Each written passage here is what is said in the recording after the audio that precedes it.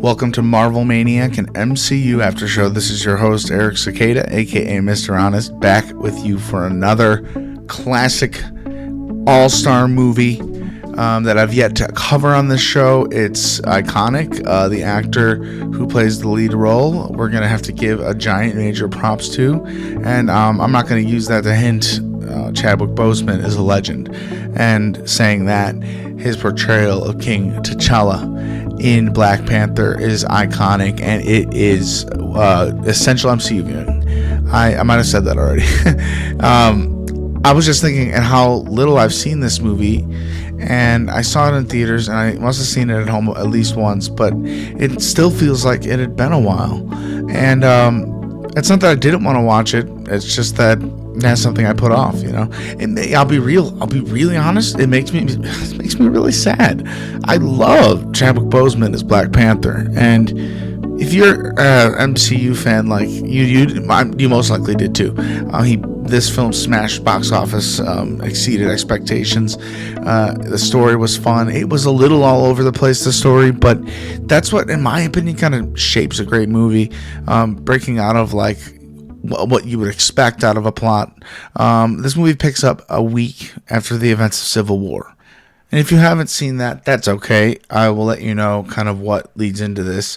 King T'Chaka is T'Challa's father. So we meet him in Civil War. And his father seems like a very cool guy. Very cool guy. I mean, he seems very wise, likable, lovable. You get the relationship between the father and the son in a very short time in Civil War. And he is killed in the events of Civil War, and T'Challa was right there to see it. So we needed a little follow-up to that. So we start this movie off and we get a news story, and Baron Zemo is on the TV, and it says it's been a week since the attack and against the Wakandan embassy, and King T'Chaka passed.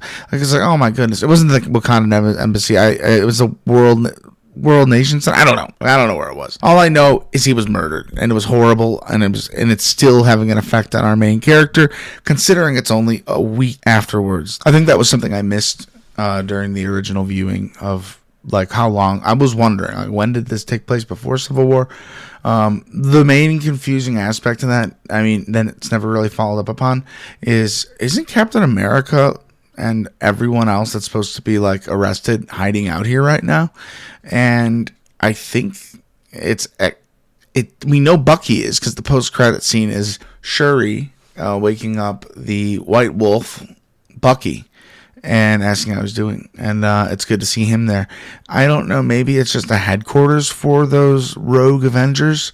I don't know if they're just staying in a different part of Wakanda. This is definitely T'Challa's fight, and he wouldn't necessarily need a group of people to do what he's trying to do. This movie's a lot of revelation, and that's what kind of brings our hero to his almost demise at the end of the movie. You could see a difference between the first scene where he's fighting M'Baku for trial for combat to be the Black Panther, and he beats him brutally. But then when we're coming up on that scene when Eric Killmonger, the villain of this movie, another complex, wonderful villain that if they just let him live at the end, he might even come back as a great Black Panther, having kind of like an underdog return type story. But they killed him, and that's okay. He was a real bad guy by the end of the movie. He wasn't letting go of his vision of what he wanted to do with Wakanda and provide weapons to the whole world and have Wakanda take over the whole world. It's a bit extreme, considering what we see his dad at the beginning of the movie. We meet him. We kind of see what he's aiming to do. He's trying to aid America, aid certain people and groups so they can have a chance. It was a complete betrayal, though, to Wakanda. And at the beginning of the movie, that flashback, it was a great way to start. I kind of also like at the beginning of the movie the way they teach you about Wakanda and how a giant meteorite of vibranium landed on the continent and tribes formed over it, and then That's what Wakanda is. So there's a couple of tribes in play at Wakanda. M'Baku's tribe seems to be the most, let's just say, antagonistic tribe at the beginning of the movie. But we see M'Baku come through over and over again in this movie and in Avengers Infinity War. We see M'Baku again, and it's like it goes from being like, oh no, M'Baku, to being like, yes, M'Baku, we need M'Baku. He's the guy who goes, Bata! Bata! What is he saying? It's probably in the subtitles that I had running, but I mean, sometimes you're just watching the movie. February 16th, 2018, this movie was released, and it was right before Infinity War. We knew it was going into Infinity War. I don't have a critique. I just have something that kind of messes with my brain a little bit about the end of this movie. I believe they fight in a giant field, the same one that they fight in Infinity War, if not another one. I don't know. It looks like the same field. And it's just kind of like interesting to me that like the two climactic Wakandan battles take place on the same battleground. It's kind of like legendary. Or is it legendary or is it lazy?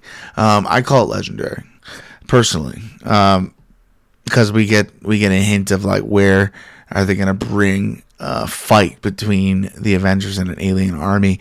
They want to take it off the globe. Well, the most off the globe place is Wakanda, and it's very noble of T'Challa in that movie to do what he does. Well, we got like 2 weeks until our 100th episode, Infinity War special. We are going to be crazing over Thanos, talking about that movie in depth, the Infinity Stones, why, when, where, how's, what's, who's. It's a huge center to everything in the multiverse saga, let alone where we lie after Thor Ragnarok and Black Panther.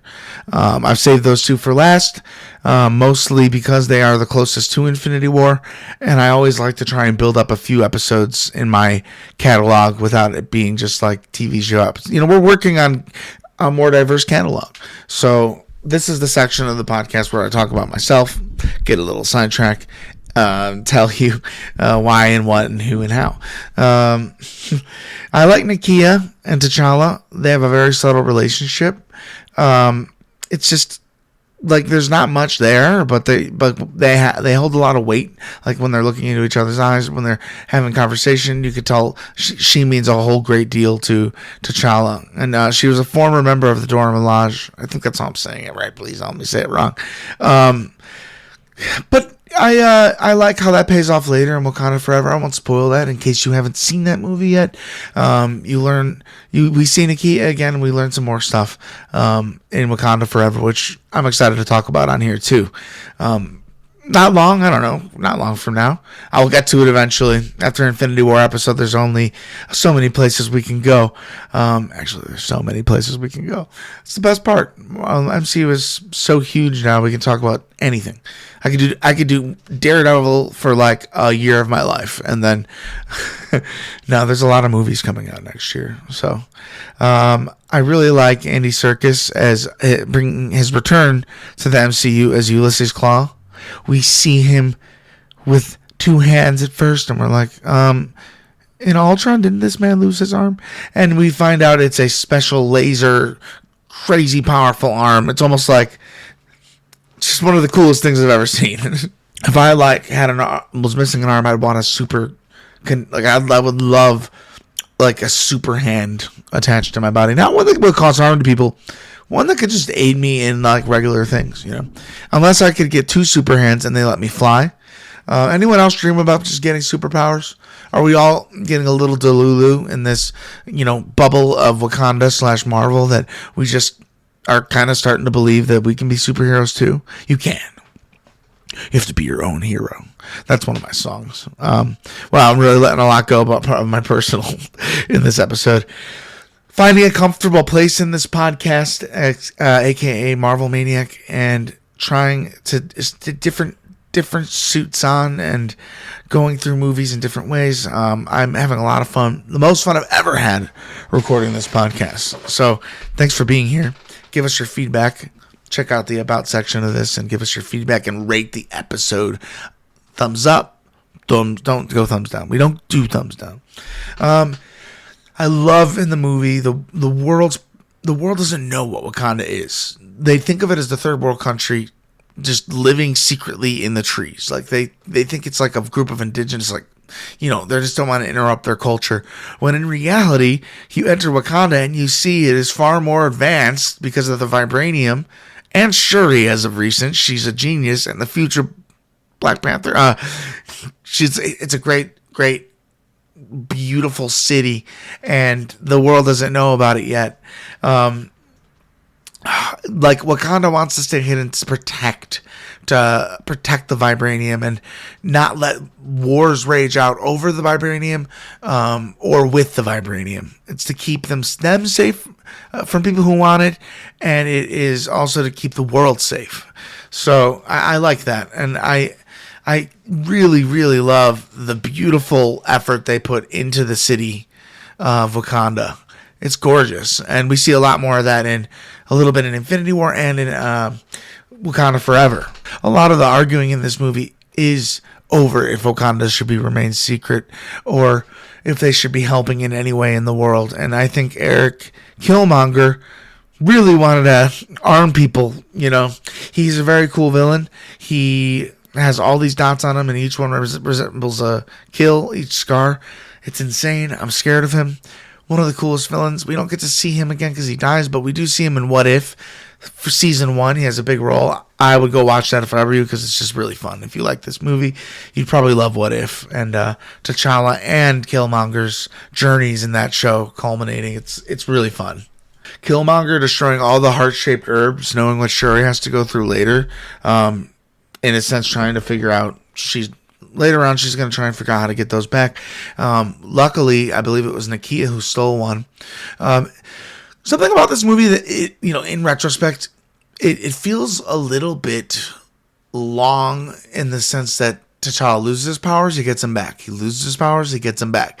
That maybe only really needed to happen one time, but the way the movie plays out, I don't know how they would have made that all. I don't know how they would have brought Killmonger in earlier to face him and make him, dethrone him. So another bold move by the movie to kind of do the job it's meant to. And like, wow, he lost Black Panther. He's probably not going to get it back again, is he? Well, he does. And he doesn't cheat, but he kind of cheats. But Killmonger's got bad intentions. He's a Killmonger. And they're going to give T'Challa, when they find him, being saved by M'Baku and and his people under snow and all that. They give him the heart-shaped herb. And when T'Challa goes into the afterworld, he sees his dad again. He's very mad at his dad for leaving Eric, a.k.a. Killmonger, alone. Because, that's his cousin, and that was his direct nephew. And he killed Killmonger's dad. Because it's not like Killmonger's father was, by the way, the actors in This Is Us, he's so good. T'Challa wants to know why his father just wouldn't take the kid. And he, couldn't really give him a super straight answer. He wanted to keep it sacred, Wakanda. He didn't want to have any risk. So there's flaws in everybody here. Even the great, father of the Black Panther, it's very hard for him to swallow, but this helps him realize what he has to do and taking him down. I'm sad that Andy Serkis' character of Ulysses Claw dies. I see Gollum in his face. He is the guy who played Gollum in Lord of the Rings. If you don't know that, the CGI, at least, I see his eyes. I see his nose. I just see Gollum. I'm seeing him, and I usually get past that, but like it was creeping me out. Not really creeping me out. It was making me excited, kind of, to be honest with you.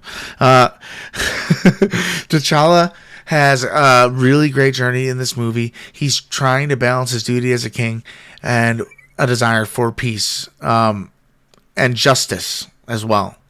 The conflict between T'Challa and his father's legacy is that he doesn't want to let Wakandan technology leave the bubble in which it's safe. I've said it a couple times.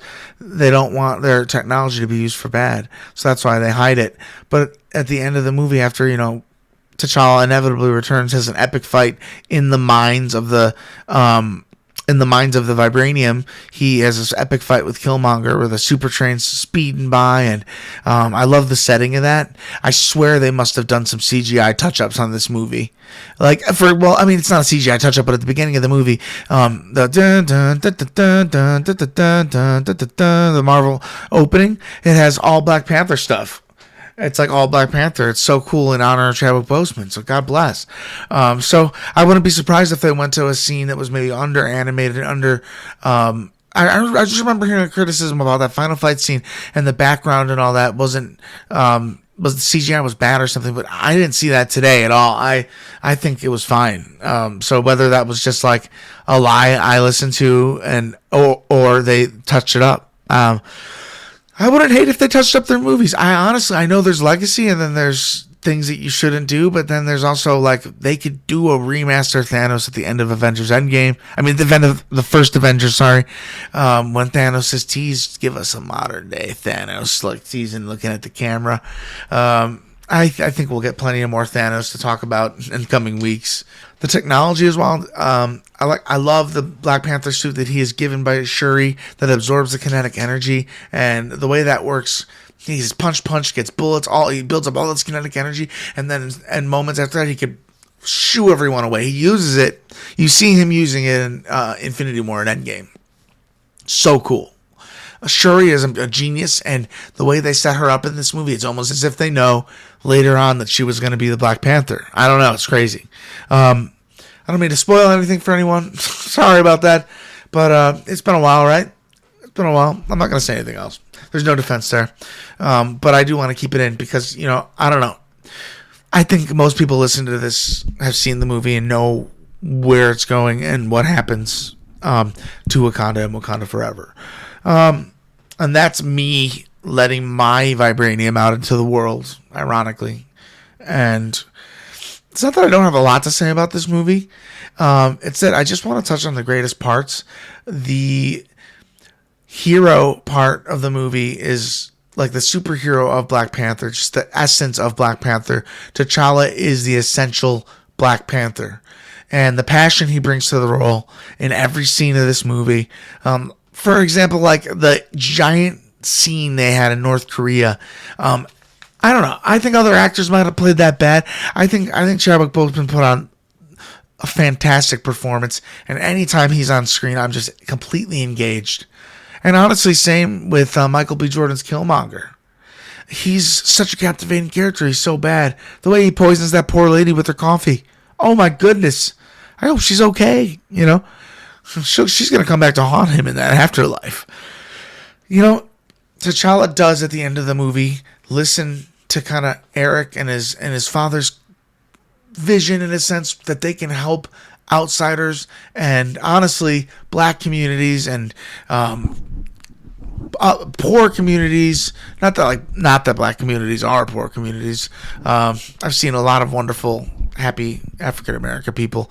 I love culture, so it doesn't bother me to say that.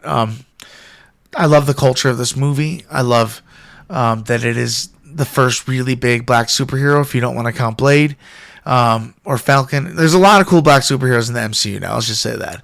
And this movie was needed. We needed this before Infinity War. It was so necessary to get it more set up from Black Panther. If they just kept his appearance in Civil War and saved the appearance of Wakanda for Infinity War, I think it would have cheapened the Infinity War entrance a little bit. Because when we return to Wakanda in Infinity War, it's almost nostalgic. The same soundtrack plays that plays in this movie. It's just so sad that we lose our great Black Panther before he gets a sequel of his own, or to expand his story just a little bit longer, like I'm sure all of us would have loved. But we got this movie. We got him in Infinity War and Endgame and Civil War, and he really brings it all to every second he's on screen. And God bless Chadwick Boseman. Thank you, Chadwick Boseman, for making the best T'Challa anyone can ask for. And that's why my episode is going to stay short today. I don't want to rant on other movies, or I don't want to talk about anything else. I want to leave this on the impact a hero can make in the hero world or the outside world, the impact Chadwick Boseman has and had. It's just unbelievable, and it's what Marvel is all about. And it's about making new corners of our favorite universe and make them feel real. And that's why I love covering this show. Covering everything on this show. I'm going a little deep passionate on you today, guys. With that, we're going to wrap up. Like I said, this episode is just to kind of glaze over this epic movie. I don't want to go into I've said on recent episodes, in older episodes, if you've listened to Marvel Maniac, I used to repeat the movie back pretty much, moment by moment, beat by beat, action by action. I'm going for a different kind of style now, more of a reaction to what we all just saw, because if you're listening to this, you most likely just saw Black Panther, so you don't need me to literally tell you every beat of the movie instead of me giving you my thoughts on the movie. I'm saying that a lot because I know there's people that have been here for a while listening, and I hope you're okay with my transitioning of style. And if you like it, let me know what you think in the feedback section of our About. Go check it out right now. It'll take you a second, and let me know you're liking the episodes lately. This time around, I'd say my favorite parts of the movie is the Korea sequence when he's out with Okoye. And Okoye, yes, amazing. Slay Queen. Sorry I didn't talk about you that much. You are a huge aspect of this movie, and she is so cool and badass, and I like her a lot, and I hope she stays in the MCU forever. Black Panther is like no other hero, and the literal lore they've added to the MCU, from just a line in Age of Ultron, we get to know Ulysses Klaue smuggling the vibranium for Ultron. But we don't know anything about Wakanda at that point. We just know that's where the metal comes from. So I'm sad we never got to see Iron Man get a Wakandan built vibranium suit. Oh man, that'd be so cool. I hope we see that someday somehow. We will be talking more Black Panther in the Infinity War 2 weeks from now, special, our 100th episode. I talk about it a lot because I want you to be there. I want you to feel the hype. Maybe watch Infinity War. We're going to be talking a lot about Thanos, a lot about his motivations, and I'm going to have a few guest appearances, and one of these guest appearances is a big surprise, so I'm really excited about that. So it'll be great to see you there. Don't forget to rate the show. Thumbs up times 50. It goes a long way. It gets us in the algorithm. And tell your friends, if you have any Marvel friends that like the show, show them the show. Tell them how kooky it is. It's not just your regular Marvel after show. It's a Marvel Maniac after show. And this is where I leave you, fellow Wakandans. Wakanda forever. And thank you, Chadwick Boseman, for letting this movie exist, for bringing your all to the role, and for setting a standard for superhero movies and superheroes and how they're portrayed. So feedback box, ratings, and don't forget, we got a little bit of a tip jar going on in our About section as well. Never necessary, always appreciated. It goes right back into the show. And that is all I got for you guys today. I'm so excited to talk to you next week for Thor Ragnarok. And I'm going to do a special episode on next Thursday, one of those days. And I'm excited for you to hear them. And thanks again for being here. You guys mean the world to me. And until next time, Avengers, disassemble.